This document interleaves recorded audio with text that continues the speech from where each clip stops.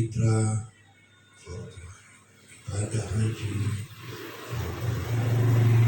Jadi fardu ain itu kewajiban yang dibebankan pada diri masing-masing. Dia mengerjakan lepas kewajibannya, dia tak mengerjakan, dia tanggung sendiri dosanya. Itu fardu ain. Ada namanya fardu kifayah. Fardu kifayah itu kewajiban yang dibebankan kepada penduduk satu kampung. Apabila salah satu saja tidak ada yang bisa melaksanakannya, maka berdosalah penduduk satu kampung.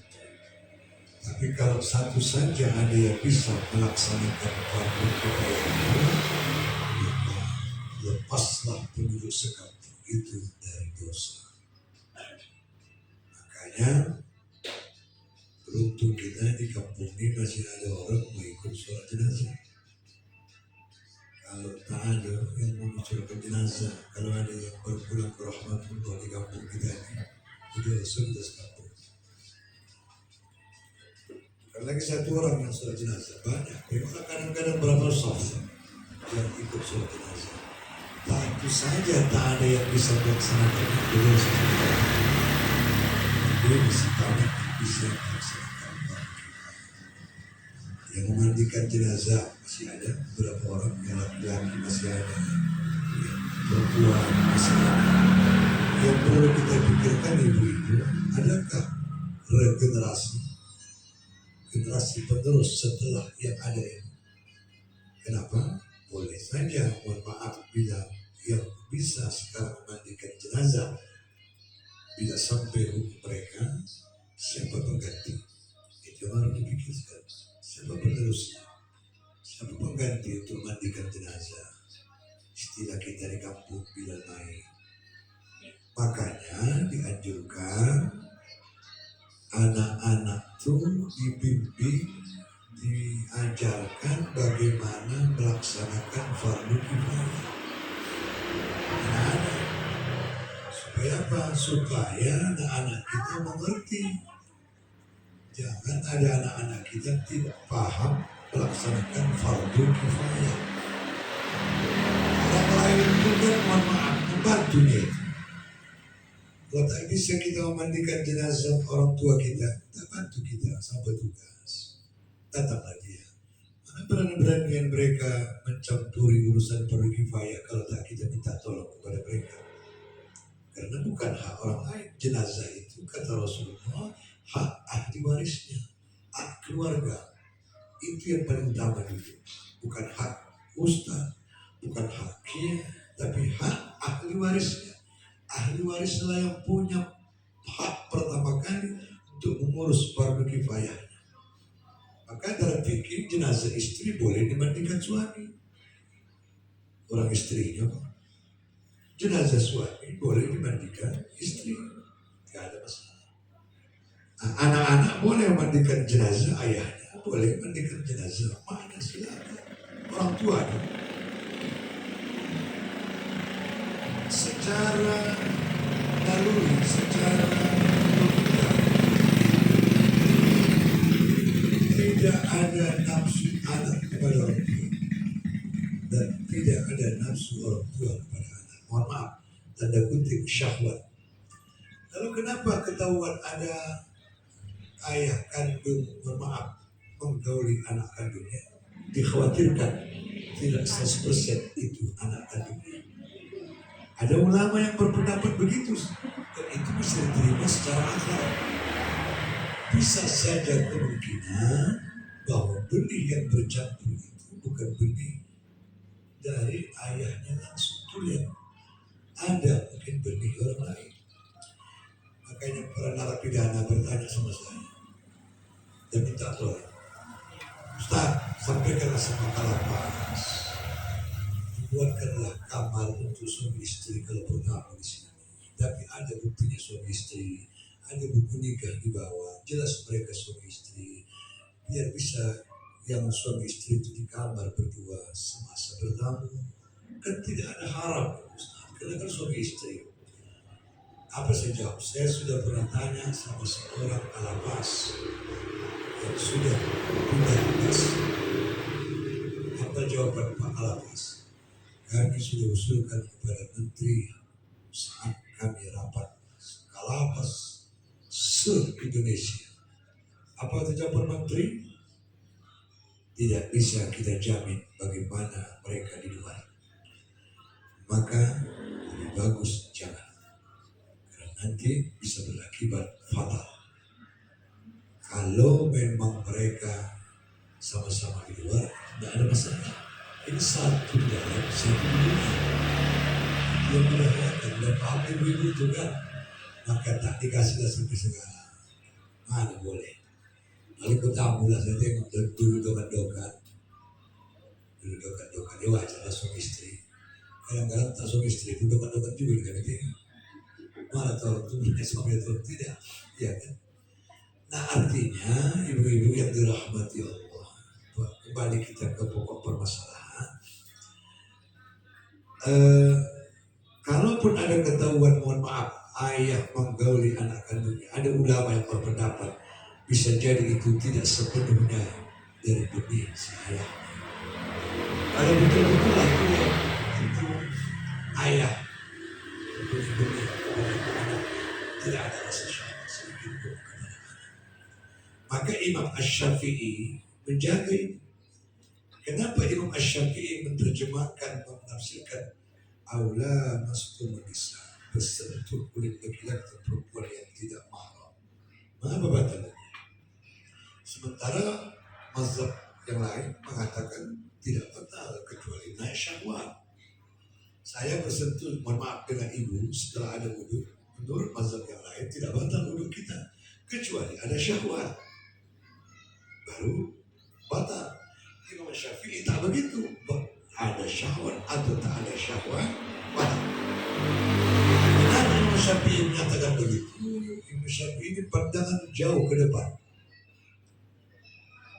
Imam Syafi'i menafsirkan, memandang bahwa setiap laki-laki dan perempuan yang tidak mahram bersentuh kulit mereka itu bisa mendatangkan syahwat, lambat laun syahwat, mencegah itu. Makanya Imam Syafi'i mengharamkan bersentuh kulit laki-laki dan perempuan yang tidak mahram. Ada bertanya, kalau pakai alas puan sekedar tidak batal wudu, tapi tidak boleh. Imam Syafi'i ini lain. Imam Syafi'i ini pandangan yang jauh ke depan. Makanya di antara yang empat ini, ibu-ibu Syafi'i, Hanafi, siapa lagi? Hambali, sampai terakhir Maliki.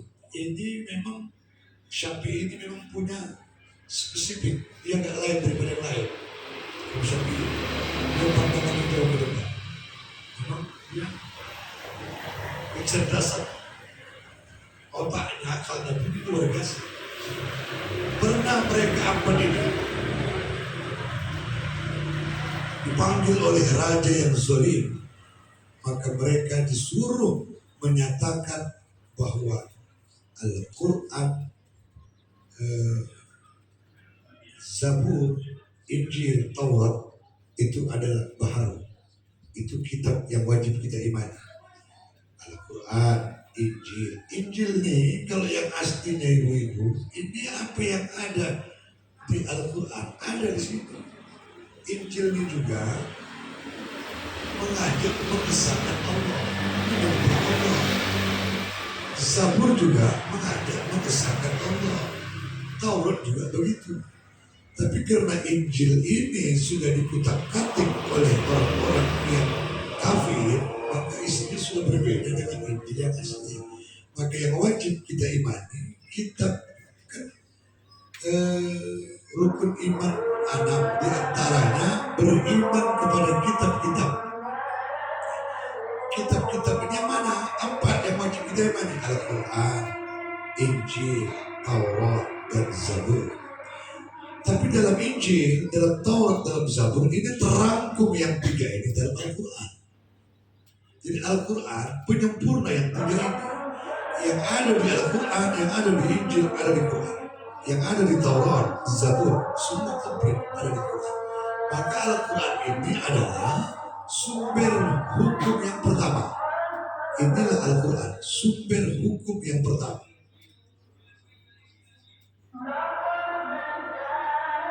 Udah sakit ya, tetap buat ada sepeda, udah lagi saya lagi kaya, bisa dipahami itu. Apa tadi? Penyakit lama, masalah ekonomi hidup mau oleh hukum. Al-Quran itu sumber hukum yang pertama, Al-Quran. Sumber hukum yang kedua mana? Al-Hadis. Ibu, sumber hukum yang pertama itu Al-Quran. Al-Quran hanya mengutarakan aqimis salat, dirikanlah salat, itu aja. Dalam Al-Quran tidak ada berapa rakaat zuhur, berapa rakaat asar, berapa rakaat maghrib, isya dan subuh. Tidak ada. Apa bacaannya? Tidak ada itu. Yang ada cuma Allah perintahkan aqimis salat dan zikri, dirikan kau salat untuk ayat aku. Dalam surah Al-Ankabut, aqimis salat, inna salata tanha 'anil fahsya'i wal munkar. Dirikan salat, sesungguhnya salat itu mencegah dari perbuatan keji dan munkar. Itu saja. Dalam ayat lain, wa aqimus salata wa atuz zakat. Dirikan kamu salat, tunaikan kamu zakat. Hanya itu aja kata Allah, salat. Tapi dalam Al-Quran tidak ada cara bagaimana salat. Mana bacaannya? Apa yang dibaca dalam tasyahud? Apa yang dibaca dalam berdiri? Mana rukun salat? Mana yang membaca salat? Di mana diterangkan? Dalam hadis. Maka al-hadis yaitu sumber hukum yang kedua. Maka kata Rasul, taraktu fikum amroin idza tamassaktum bihima lam tadillu abadan. Kitab Allah wa sunnat Rasulih. Yang selama itu Pak J. Suami ini lewat bulan dia bilang, saya goncang ada tidak suami dia. Kita tidak begini, kenapa? Jangan pala sombong-sombong kalian. Kita kawan suami. Kenaan lah banyak kawan. Saudara, kalau saya rasakan gegan-geliga, aduh, ya gue selesai. Aduh, ya aman. Tangan lagi lebih aman awak. Sering pengajian, yang salah, yang meleleh itu lagi banyak. Kadang-kadang ada manggil, singkat dulu ada durian. Maka kemarin ada panggil lagi tempat camp up, ada durian. Sebiji kita itu kasihan, kira-kira begitu lah. Saya menanti kalau ada orang pas makan durian panggil nih. Percaya kita coba, ya kan? Enak banyak kawan, banyak lawan susah, banyak kawan yang enak. Nah, jadi saya ulang. Taraktu fikum amroin in tamassaktum bihima lam tadillu abadan. Kitab Allah wa sunnat Rasulih. Kutinggalkan pada kamu dua macam kata Rasul. In tamassaktum bihima, jika kamu berpegang teguh dengan kedua itu. Mana yang kedua itu? Al-Quran sama Al-Hadis. Lam tadillu abadan. Tidak akan sesat kamu selama-lamanya. Lan di situ menunjukkan artinya tidak, menunjukkan tidak untuk selama-lamanya. Kalau tadi la tadillu abadan, tidak selama-lamanya, mulai dari hari ini tidak, besok ya. Tapi lan harfu nasbih menyatakan tidak untuk selama-lamanya. Lan tadillu abadan, tidak sesat kamu selama-lamanya. Mana yang dua itu? Kitab Allah wa sunnat Rasul. Kita antara ini. Tidak sesat selama-lamanya. Mana yang dua itu? Kitab Allah. Mana kitab Allah? Al-Quran. Sudah ada. Sedikit saja kalau sudah membuat dengan Islami, sedikit saja bisa begitu. Kalau bangsa yang suka lagu-lagu nasyid Islami, tapi bangsa yang suka dangdut sedikit saja pun senggol naik, dia langsung itu. Paling tidak pun ada itu ya. Sunnah Rasulullah dan sunnah Rasulullah yang tertuang dalam Al-Hadis. Hadis Rasulullah ini ibu-ibu tidak hanya cakap Rasul, ada hadis qauliyah. Hadis qauliyah itu perkataan Rasul. Rasul berkata. Kalau Rasul berkata itu hadis qauliyah. Kata Rasul kira-kira kita paham, makan kamu, minum kamu